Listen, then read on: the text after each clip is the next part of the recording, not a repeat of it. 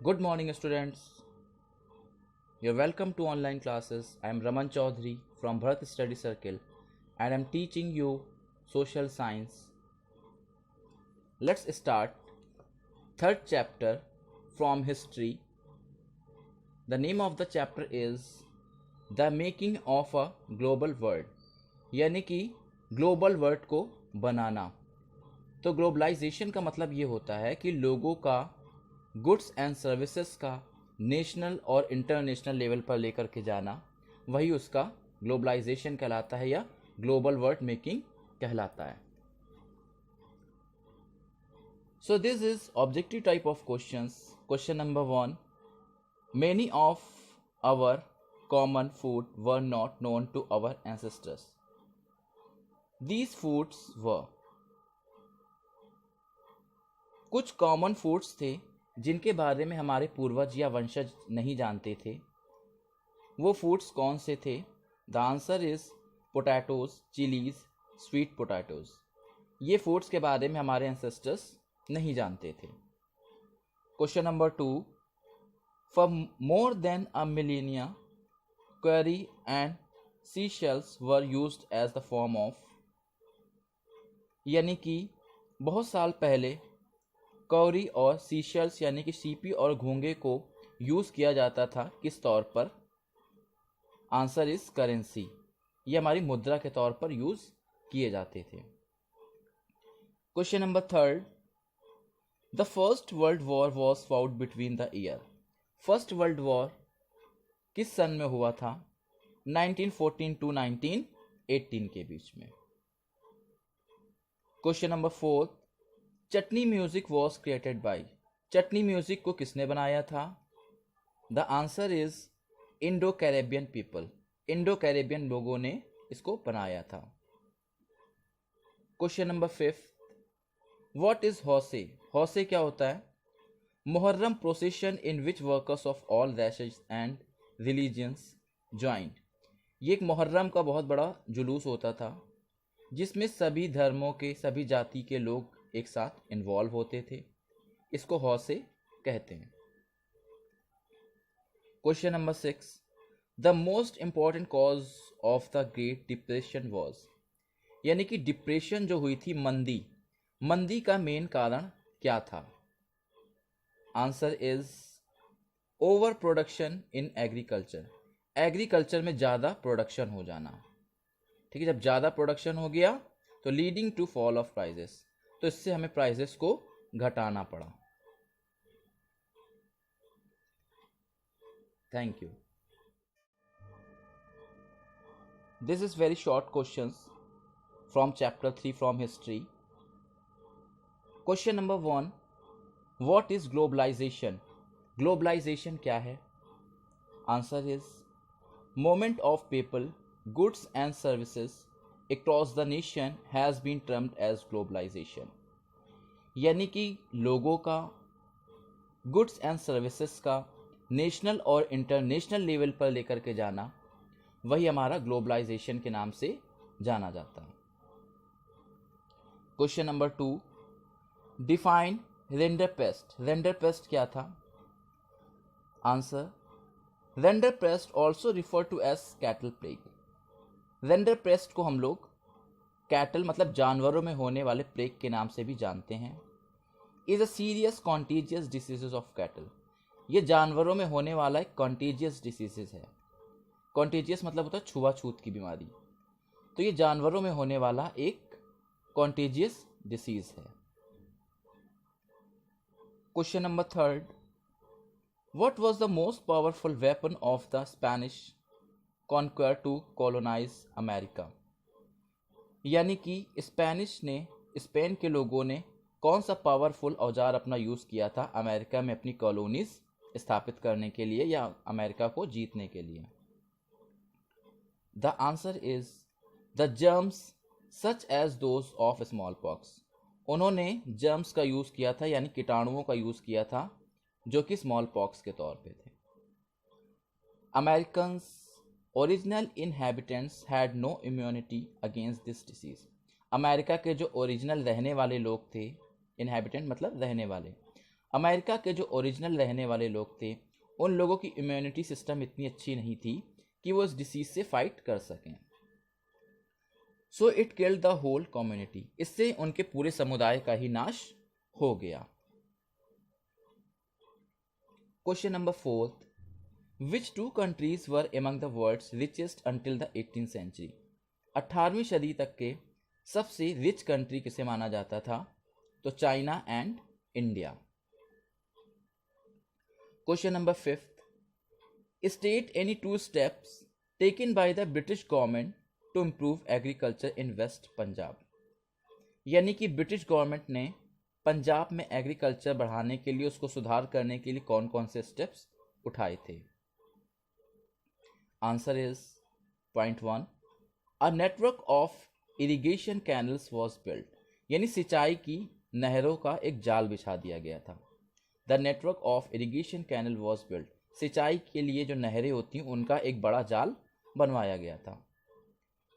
Point 2, the canals colonies वो settled bye peasants, किसानों द्वारा कैनल्स की बड़ी बड़ी कॉलोनियां बना दी गई थी, यानी नहरों की बड़ी कॉलोनियां स्थापित कर दी गई थी इरिगेशन के लिए। Question number 6, state any 2 factors which transform 19th century world. कौन से ऐसे फैक्टर्स थे जिन्होंने 19वीं सदी में पूरे वर्ल्ड को ही बदल दिया? तो answer is railways, steamship and the telegraph. इनके इन्वेंशन से, इनके बनने से पूरा वर्ल्ड ही बदल गया था। रेलवे का बनना, स्टीमशिप बनना और टेलीग्राफ का बनना। Question number 7, name any 4 colonial power of 19th century. 19वीं सदी के कुछ कॉलोनियल पावर्स के बारे में बताना है। तो वो थे Britain, USA, France and Germany.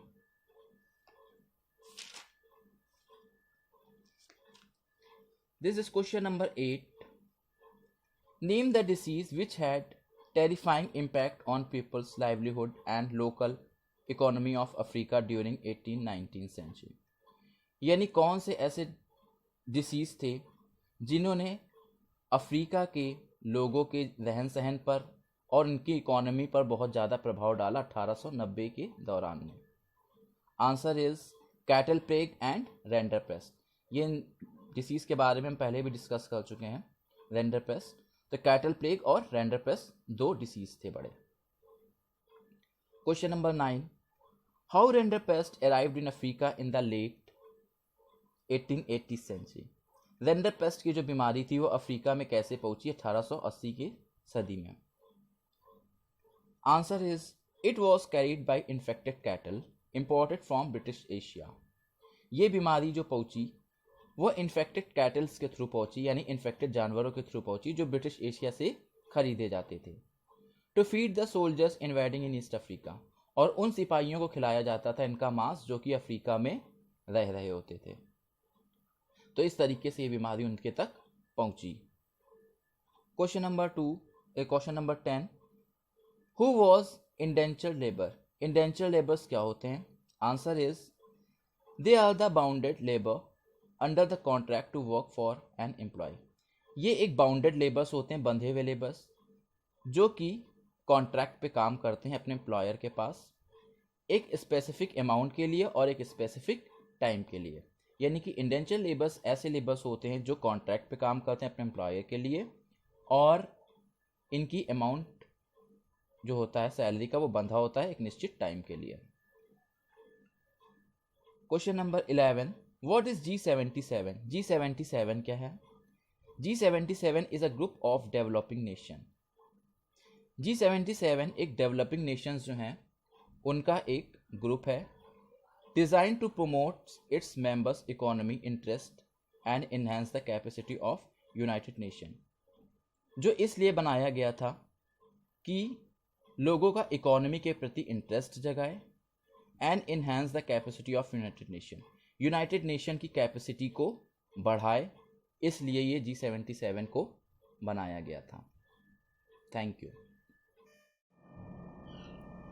And this is short questions from chapter 3 from history. Question number 1, what were corn laws? Corn law क्या था? Why were these laws abolished? इस लॉ को एबॉलिश मतलब नष्ट क्यों करना पड़ा, क्यों खत्म करना पड़ा? The corn laws were British trade laws. Corn law जो बनाया गया था ये एक ब्रिटिश द्वारा बनाया गया ट्रेड लॉ था। To regulate the export and import of corn. Corn मतलब होता है अनाज। अनाज को खरीदने और बेचने के लिए ये नियम बनाया गया था।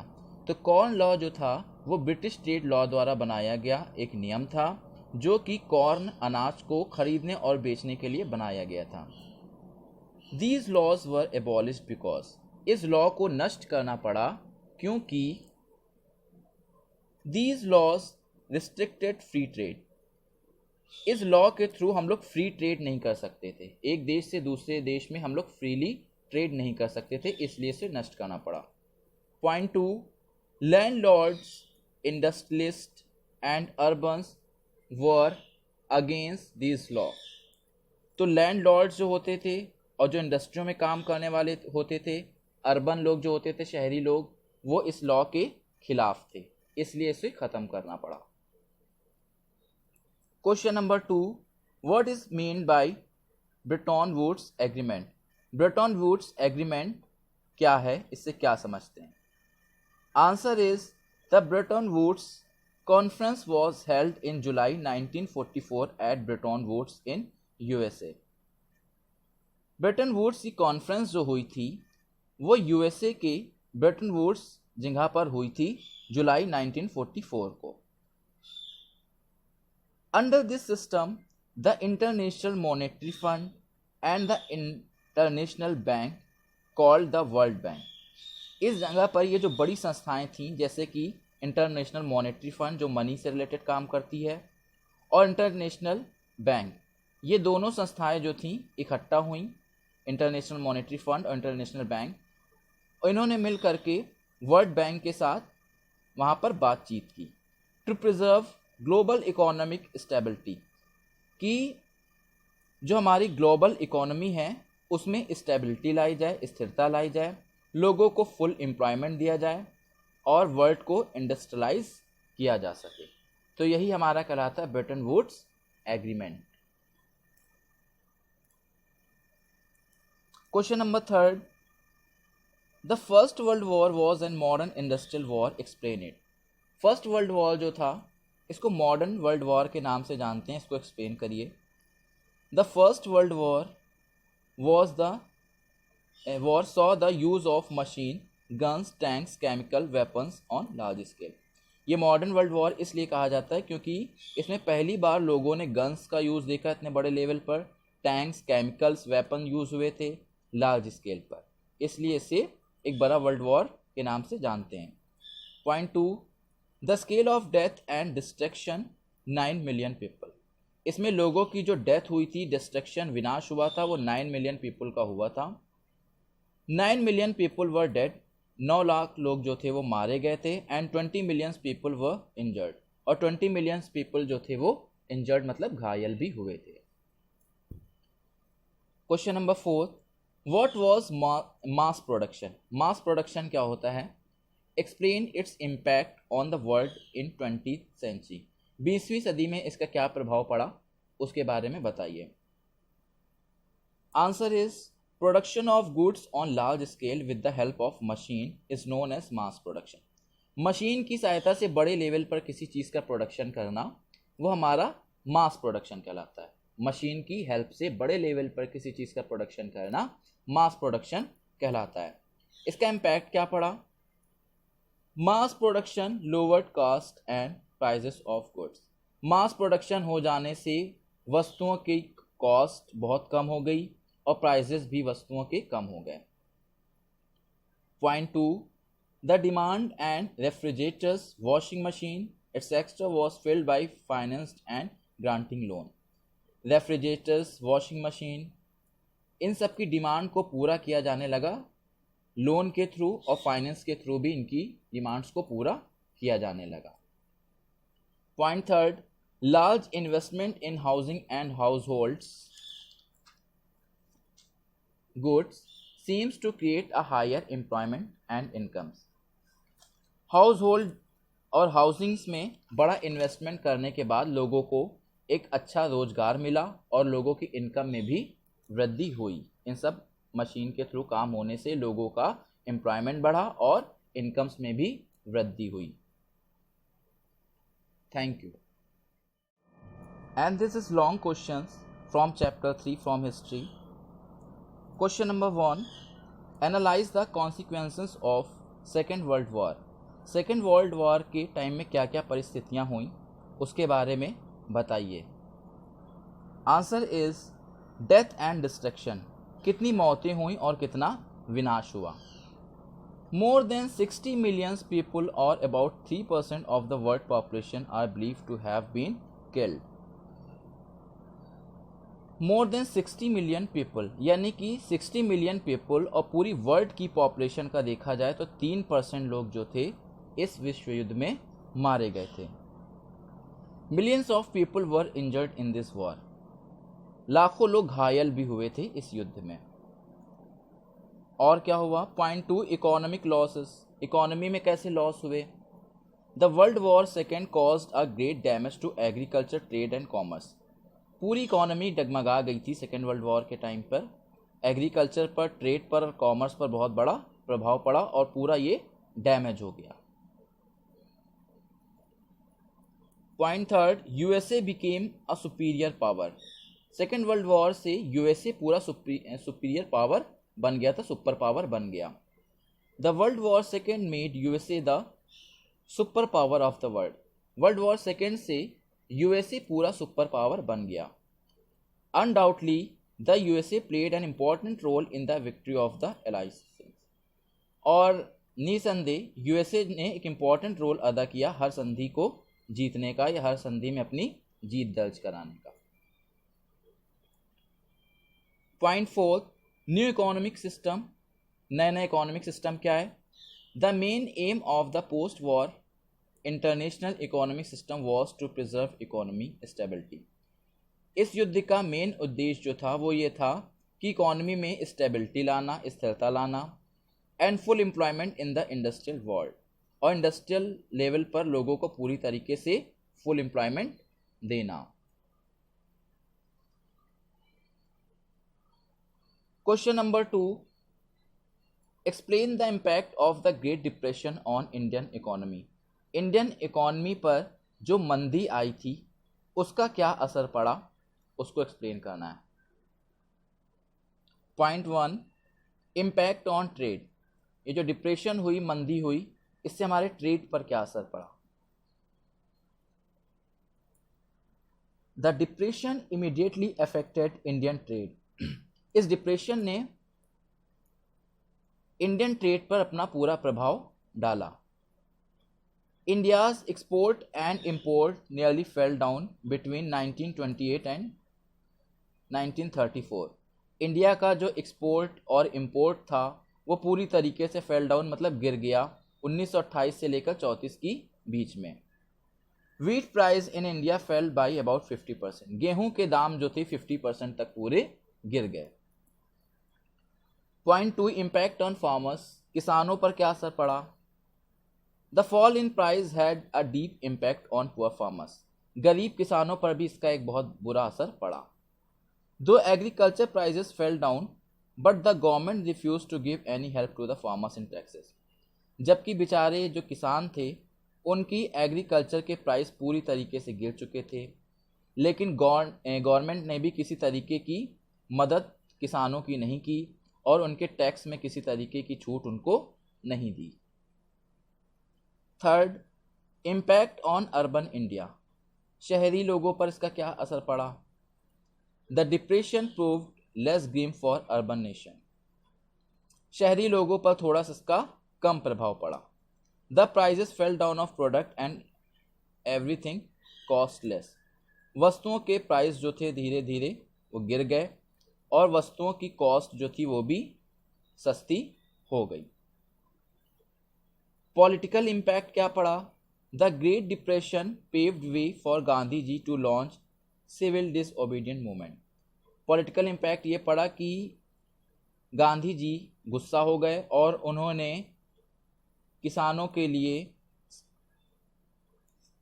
सिविल डिसओबीडियंट मूवमेंट को लॉन्च कर दिया।